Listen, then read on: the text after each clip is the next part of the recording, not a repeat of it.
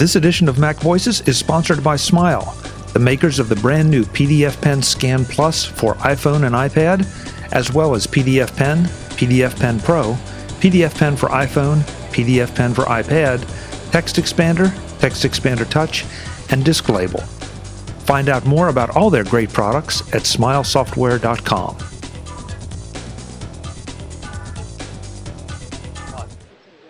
Hi, I'm Chuck Joyner. This is MacVoices at New Media Expo in Las Vegas. We're in the Libsyn booth talking to Rob about Libsyn, and I need to do a disclaimer. I am a Libsyn customer, a very happy Libsyn customer. Rob, it's great to see you. Chuck, great seeing you again.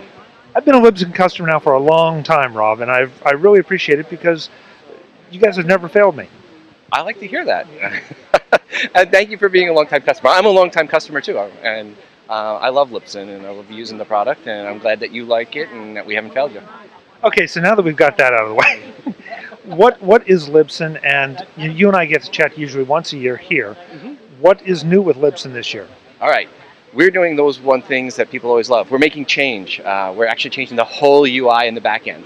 So one of the main reasons we're doing the change was the old back end was really hard to add anything new, any new modules. So we have a lot of new ideas we wanted to add to the system, new features, but we couldn't do it the way it was. And it wasn't iOS friendly.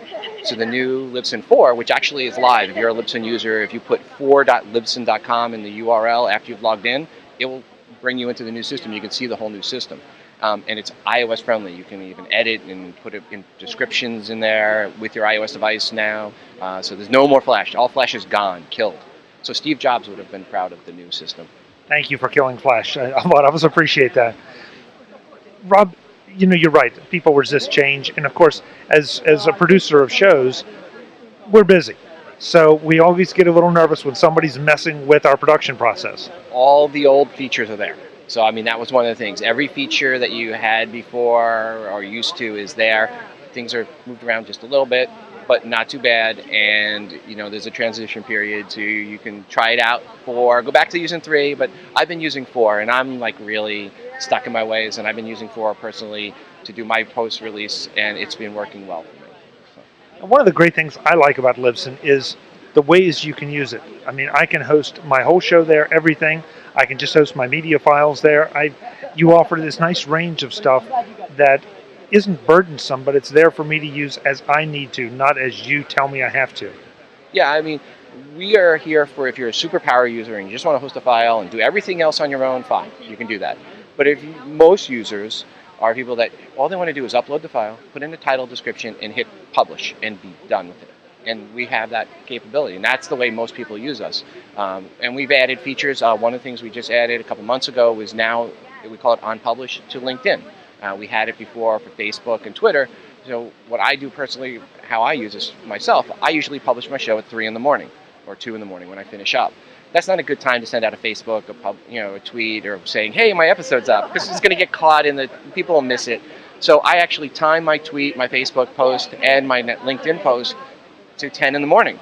So my episode goes live, I hit publish, but those other posts, which are custom messages, don't go up until 10 in the morning. At 10 in the morning, all of a sudden I'll get a bump now on my Pebble, or I'll see some comments that people start commenting because they've now seen that episode's gone live. It was live on my RSS feed, it was live on my blog page, it was live in my app, but people, I waited till when people are awake to let them know about Facebook. Yeah, and that's something that has been talked about a lot here is, when do you publish? How much do you publish? When do you tell people you've published? So you've given me the tools to do what I want to do. Right. It's about making things fit your schedule. I mean, when you publish with our system, it's not just saying, okay, I'm going to publish today or this hour. You can put it to the minute. I mean, so you say exactly when you want that episode to go live to the minute, anytime in the future, and the system will do it. So if you want to publish, if you want to create 5 episodes a month and do them all the first weekend and then schedule them out through the month, you can do that. Rob, stepping back to the larger picture, it seems like podcasting is enjoying a second renaissance, a second explosion. And we both know what's going to happen. It's going to bubble, and then it's going to drop back a little bit because it's work. But let's just face it. Yeah, what I think's happened is, it's the iOS devices, in mobile devices, but really the iOS devices, in the iPhone in particular. Last month at Libsyn, for the first time ever, we went over 60%, 61% of our downloads directly to mobile devices. And that's really when people ask why is podcasting having this renaissance.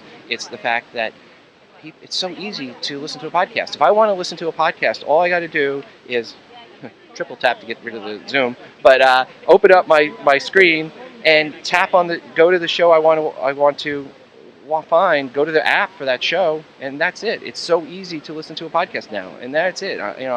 There's the show, the most recent episode, hit play, and I'm good to go. In the old days, as you know, it was really hard to listen to podcasts. I mean, so really why I think podcasting has seen a renaissance in the media.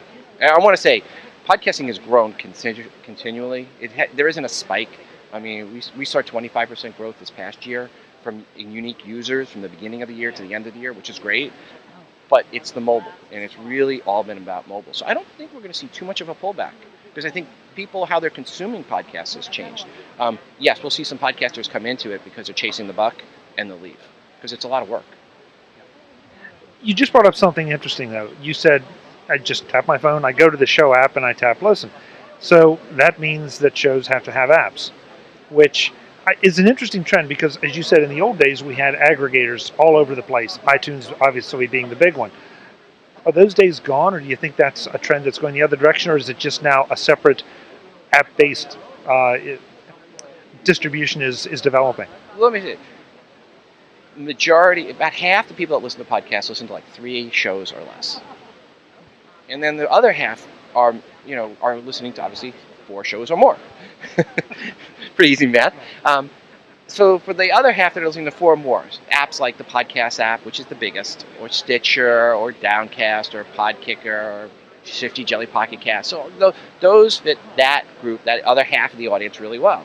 But for most of your audience, the other half of over half of your audience, that are the 3 or less, if you can have an app for your show, it makes it so much easier for them to consume your show.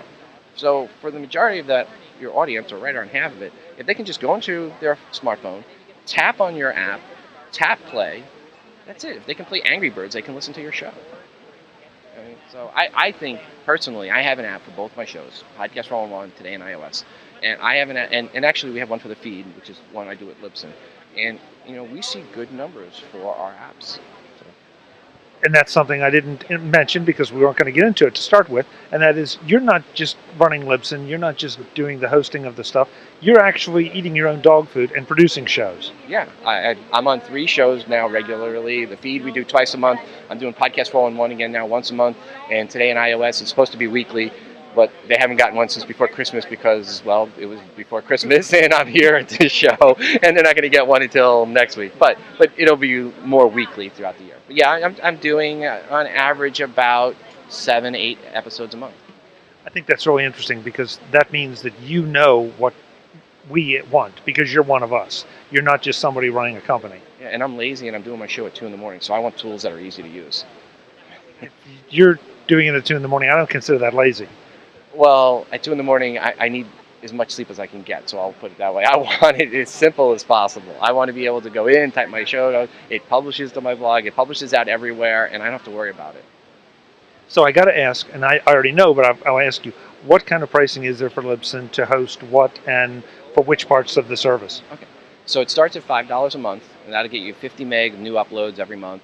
And then from there it goes all the way up to $75 a month, and that's 1,500 megs of new uploads. It's unlimited on the download, so if you get 1 download, 1 million downloads, it's still the same price. And then if you want to do the smartphone apps, and if you want to make your smartphone app free to the end users, it's a minimum of a $20 account, plus then there's $10 a month on top of that, and then we manage the app for you, and there's a one-time fee of $50, and send me an email to rob@libsyn.com, and I'll send all the information. And that will get you an iOS app, an Android app that's both in the Android, Google Play Store, and the Amazon App Store, plus a Windows Phone 8 app and a Windows 8 app. So you're in 5 different marketplaces. And what I tell podcasters why you want to be in that, over 1.2 billion unique people download apps each month. Only 60 million people unique download podcasts. So if you have your show as a podcast app, just as an app, as its own standalone app, you have a great chance for discoverability. Interesting. Rob, it's great to see you. Thanks so much for the service, and thanks so much for the time. Thank you for this opportunity again. Thank you for hosting with us. Folks, I'm Chuck Joyner. This is MacVoices at New Media Expo. We'll be back again soon. Thanks for watching. Visit MacVoices.com for links, show notes, to subscribe, to connect with Chuck on Twitter, app.net, Google+, Facebook, and LinkedIn. Subscribe to our weekly newsletter, the MacVoices Dispatch, to stay up to date with all the latest MacVoices news from our front page or at MacVoices.com/newsletter. Advertising and sponsorships handled by Backbeat Media at BackbeatMedia.com.